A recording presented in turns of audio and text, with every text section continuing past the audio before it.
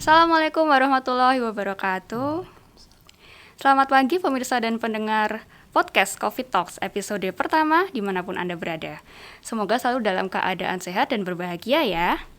Nah, acara ini merupakan bagian dari kanal pengetahuan yang diselenggarakan oleh Pusat Kebijakan dan Manajemen Kesehatan atau PKMK FKKMK UGM. Untuk informasi lain mengenai COVID-19, Anda juga bisa mengakses website manajemencovid.net yang dikelola oleh PKMK. Untuk hari ini, pemerhati Forum Manajemen COVID yang berbahagia, kita akan membahas tentang tema yaitu kapankah Indonesia mencapai kekebalan komunal dari COVID-19. Mengingat kita sudah lebih dari setahun untuk pandemi ini, jadi ini adalah tema yang sangat menarik ya. Kita sudah kedatangan narasumber terpercaya kita, Dr. Iris Andono Ahmad, MPS PhD atau biasa disapa Dr. Doni. Selamat pagi, Dokter. Selamat pagi, Mbak Jadin. Ya. Beliau merupakan Direktur dari Pusat Kedokteran Tropis FKKMK UGM dan juga peneliti senior di bidang epidemiologi. Baik, apa kabarnya, Dokter? Baik, terima kasih. Apa kabar juga, Mbak? Ya, sehat, alhamdulillah. Sedang sibuk apa, Dok, kira-kira? Banyak proyek, beberapa terkait dengan COVID, tapi juga masih mengerjakan proyek untuk terkait dengan TB. Mungkin yang paling lama itu yang terkait dengan dengue Wolbachia itu. Oh iya, luar biasa kesibukannya ya, Dok ya. Lumayan lah. Baik, untuk kita langsung masuk pertanyaan pertama nggih, Dok. Ini silakan. kan temanya menarik sekali nggih. Kapan Indonesia mencapai kekebalan komunal COVID-19? Nah, mungkin kita perlu recall nih, Dok. Sebenarnya kekebalan komunal itu apa sih dan apa pentingnya dalam penanganan pandemi COVID-19 ini? Baik. Kekebalan komunal itu sebenarnya adalah efek eksternal ketika sebagian besar dari orang-orang di komunitas itu sudah punya imunitas sedemikian rupa sehingga si virus itu kesulitan untuk mencari orang yang masih tidak punya kekebalan selama periode penularannya. Jadi misalnya kalau periode penularannya itu 1 minggu, selama 1 minggu itu dia kan kalau mau kemudian tetap bertahan spesiesnya bertahan, itu kan dia harus mencari orang baru untuk ditulari toh. Yeah. Tapi selama seminggu itu dia ketemunya sama orang-orang yang sudah kebal. Jadi dia nggak kesulitan untuk mencari host baru. Dan pada akhirnya mati dengan sendirinya. Nah, orang-orang yang belum punya kekebalan, karena sebagian besar itu sudah punya kekebalan, dia itu chance atau peluang untuk ketemu itu menjadi semakin kecil.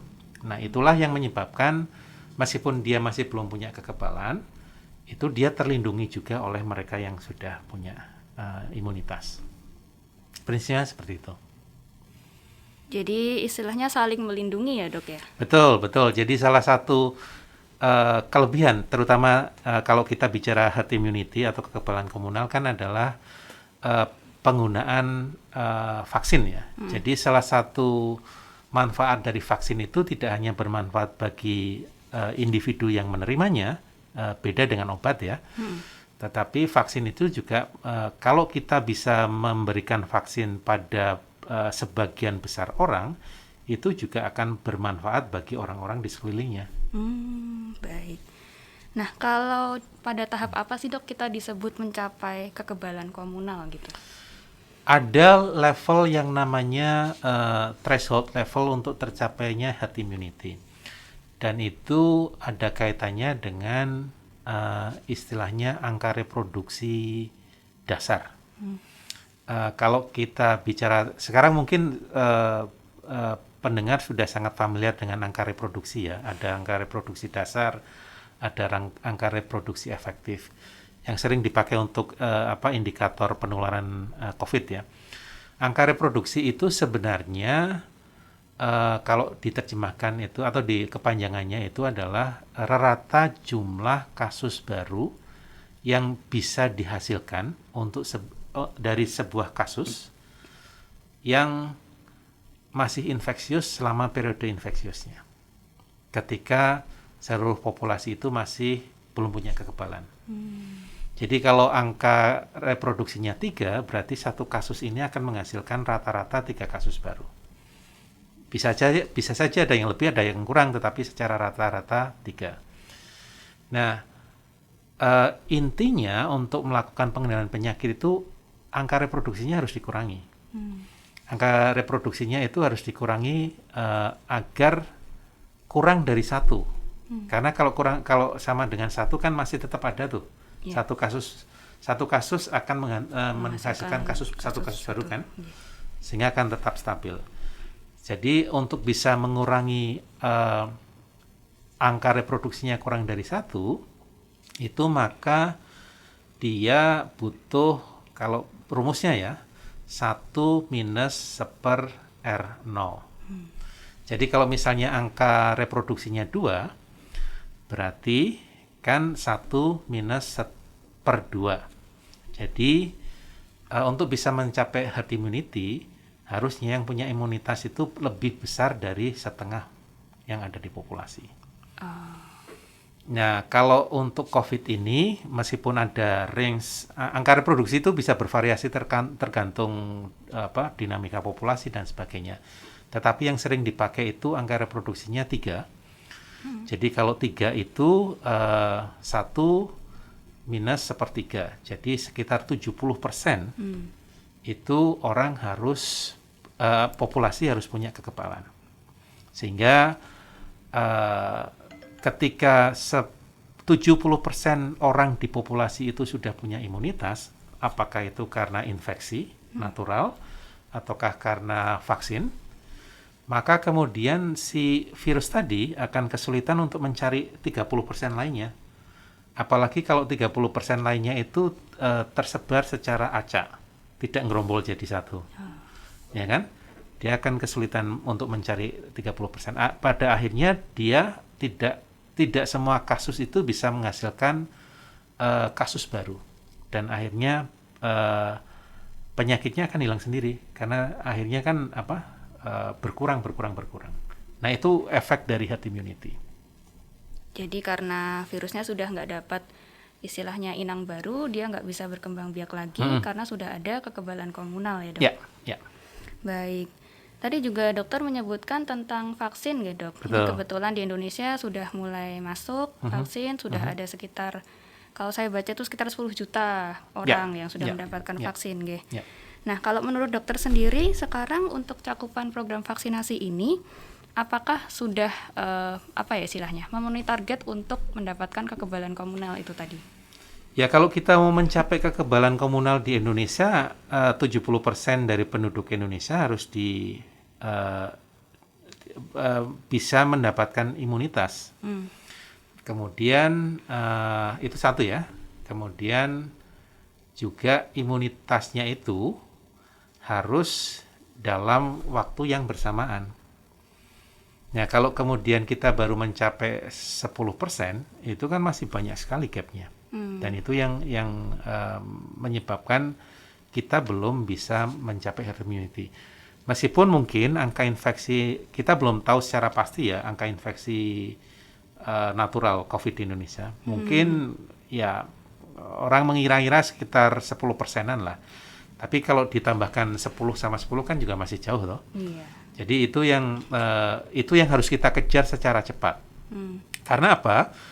Karena sampai sekarang meskipun belum ada evidence yang fix berapa lama sih imunitas bertahan, beberapa literatur itu menunjukkan hasil yang berbeda-beda. Ada yang short period, kurang dari 3 bulan, ada yang 6 bulan, ada yang 1 tahun. Ya kalau kemudian kalau kita bilang bahwa durasi imunitasnya itu entah itu infeksi alami ataupun vaksin ya, itu berkisar sekitar 1 tahun, berarti 70% dari populasi yang punya imunitas harusnya tercapai sebelum 1 tahun itu berakhir. Wah. Karena kalau tidak kan yang tadinya sudah punya imunitas hilang lagi. Iya ya. Iya kan? Benar juga. Nah, itu yang menjadi tantangan dan kemungkinan ini juga sesuatu yang sangat sulit untuk dicapai. Iya, 70% dalam kurang dari 1 tahun cukup banyak ya, apalagi 70% itu kalau kita konversikan dengan populasi di Indonesia sekitar 200 itu juta. nggak sampai sih 185 juta sekian. Oh, Targetnya pemerintah vaksinasinya kan 188 juta. Problemnya 185% itu harus punya imunitas. Nah, kemanjuran dari vaksin yang kita punyai, terutama kita memakai Sinovac kan, iya.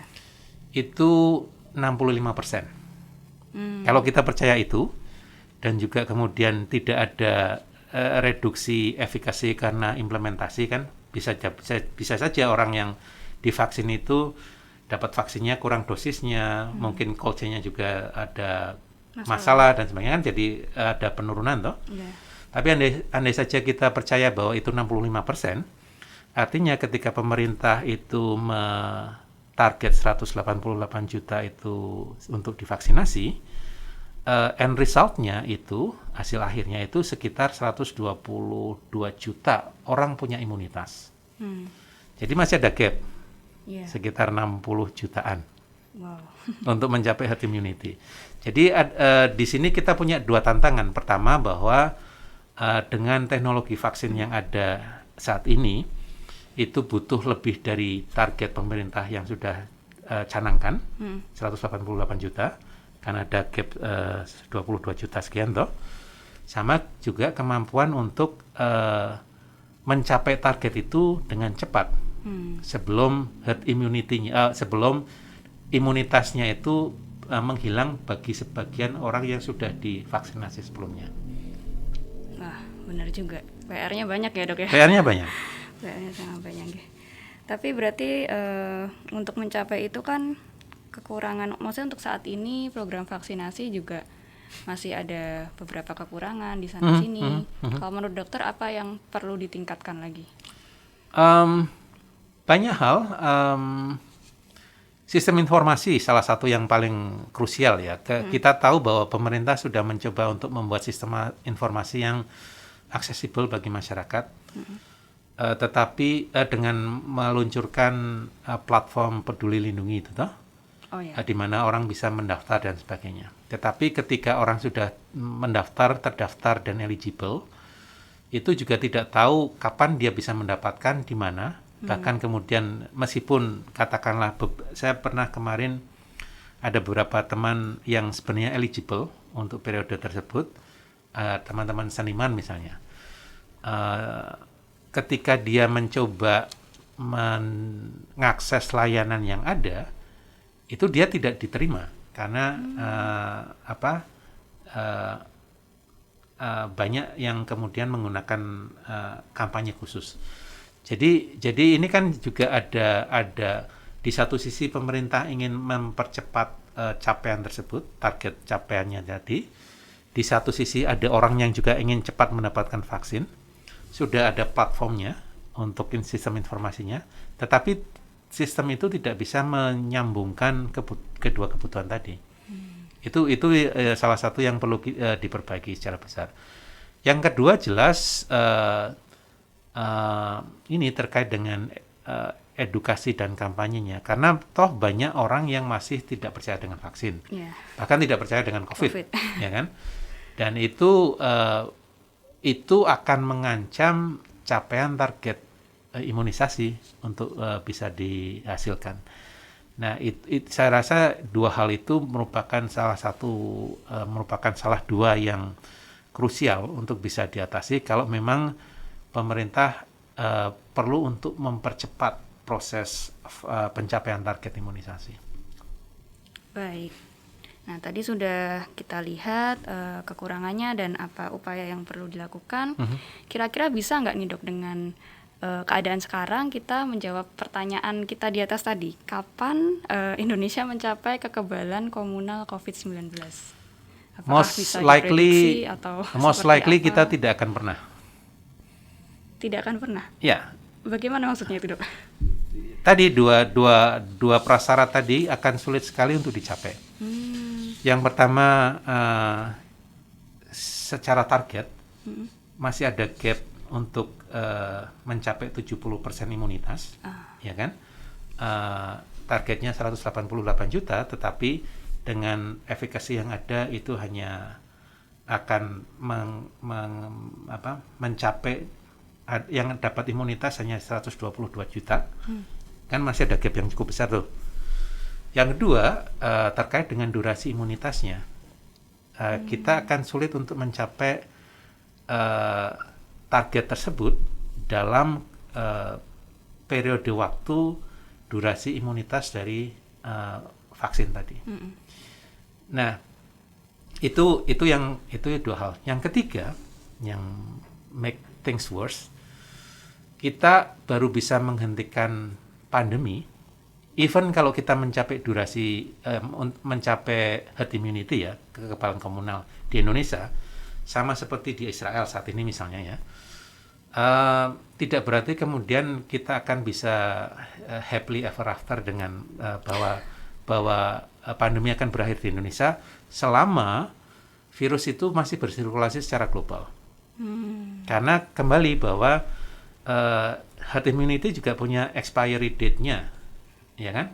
Yeah. Tadi ada durasi imunitas yang menjadi expiry date. Begitu itu sudah selesai, virusnya masih bersirkulasi secara global, masih puluhan negara yang tidak punya akses ke vaksin, dan ketika mobilitas dunia itu juga masih tetap berlangsung, ya mau tidak mau akan datang lagi, dan kita harus melakukan vaksinasi lagi. Wow. Dan sebagai semacam pengingat, sampai saat ini kan kita belum ada penyakit yang bisa berhasil untuk dieradikasi, karena menghentikan pandemi kan berarti dalam tanda petik ya mengeradikasi ya. Itu dengan sekali vaksinasi, kampanye vaksinasi. Cacar itu butuh puluhan tahun vaksinasi terus-menerus kan untuk bisa kemudian tereradikasi. Polio itu punya 3 strain virus. Saat ini sudah ada 2 strain yang tereradikasi. Tinggal satu tipe virusnya.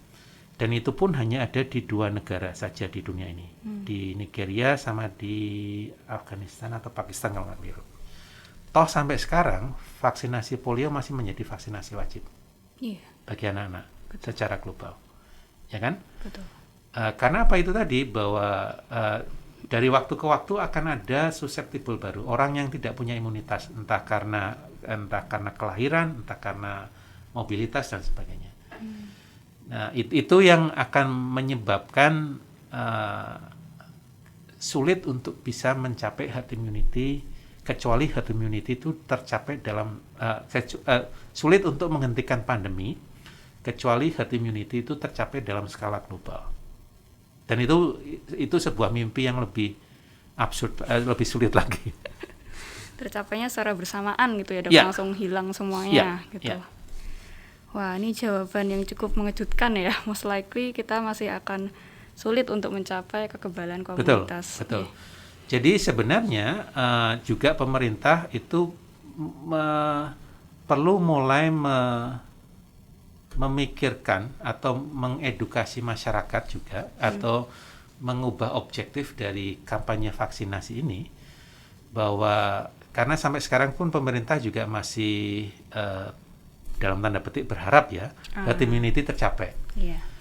Tapi dengan berbagai macam apa yang saya kemukan tadi kan itu sangat sulit untuk tercapai kan. Jadi seharusnya mulai shift fokus kampanyenya, fokus edukasinya, dan juga fokus dari vaksinasi ini dari mencapai herd immunity dan menghentikan pandemi ke menurunkan beban pandemi sedemikian rupa sehingga COVID-19 itu menjadi penyakit yang terkendali. Bisa dimanage oleh sistem kesehatan tanpa dalam konteks sebagai sebuah outbreak yang besar seperti saat ini.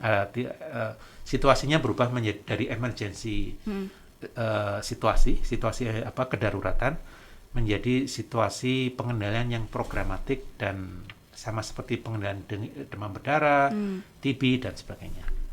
Berarti kita juga harus mempertimbangkan sumber daya kesehatan yang kita punya, terus Ya. juga berusaha untuk menurunkan kasusnya supaya tidak membebani dari sumber daya kesehatan itu ya dok? Ya, nah makanya kemudian vaksinasi itu tujuan utamanya adalah itu, karena vaksinasi itu pada akhirnya memang tidak akan bisa menghentikan transmisi, tetapi dia bisa menurunkan angka kesakitan, angka hospitalisasi, angka kematian.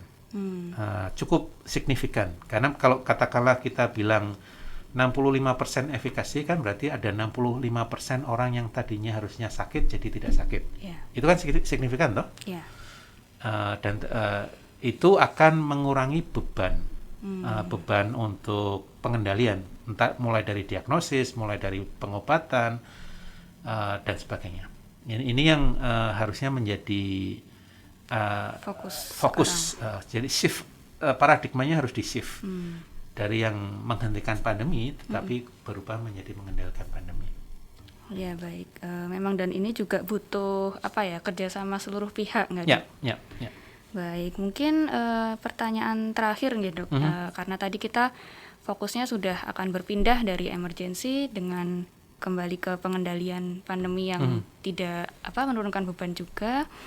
Nah, ini apa yang perlu kita lakukan untuk mengadaptasi itu? Apalagi sekarang kalau berita yang sedang hangat ya dok, di India ada gelombang kedua seperti itu. Kasusnya meningkat sampai sekitar 300.000 kasus per hari. Itu kan kita tidak mengharapkan itu. Nah, bagaimana supaya di Indonesia tidak seperti itu? Apalagi ini juga menjelang Lebaran ya dok, nanti akan banyak orang mudik begitu. Mungkin ada pendapat dari Dr. Doni? Ya, pertama tadi bahwa salah satu hal yang menyebabkan India seperti ini ada semacam euforia bahwa mereka itu sudah mencapai herd immunity. Bahkan Menteri Kesehatannya mengatakan seperti itu, sudah mencapai herd immunity ketika ada penurunan kasus, ketika mereka sudah mendeliver 100 lebih juta dosis vaksin. Padahal kalau dibandingkan dengan populasi India yang 1,4 miliar, ya, lebih. 100 juta kan belum sampai 10% ya kan? Padahal. Nah, ditambah lagi kemudian karena ada euforia itu mungkin, ditambah lagi kemudian ada beberapa perayaan keagamaan yang karena situasi tadi diperbolehkan dilakukan secara besar-besaran. Berkumpul bersama. Gitu ya, ada perayaan keagamaan Holi sama satunya apa lagi yang mandi di Sungai Gangga sampai jutaan orang itu tanpa peduli masker, tanpa peduli jarak dan sebagainya. Nah, itu menyebabkan sesuatu yang ledakan yang sangat luar biasa besar. Dan saya rasa hal yang sama itu bisa terjadi di Indonesia. Salah satu pitfall-nya dari vaksinasi kan rasa aman. Rasa aman semu. Dan mungkin orang itu tadi ketika pesannya bahwa vaksin akan menghentikan pandemi, orang kemudian merasa bahwa sesudah divaksinasi dia terlindungi. Bebas kemana-mana. Tidak hanya bebas kemana-mana, tapi juga tidak abai terhadap protokol kesehatan. Padahal dengan efikasi hanya 65%, bisa saja dia terkena, tidak hanya terinfeksi tapi menjadi sakit kan.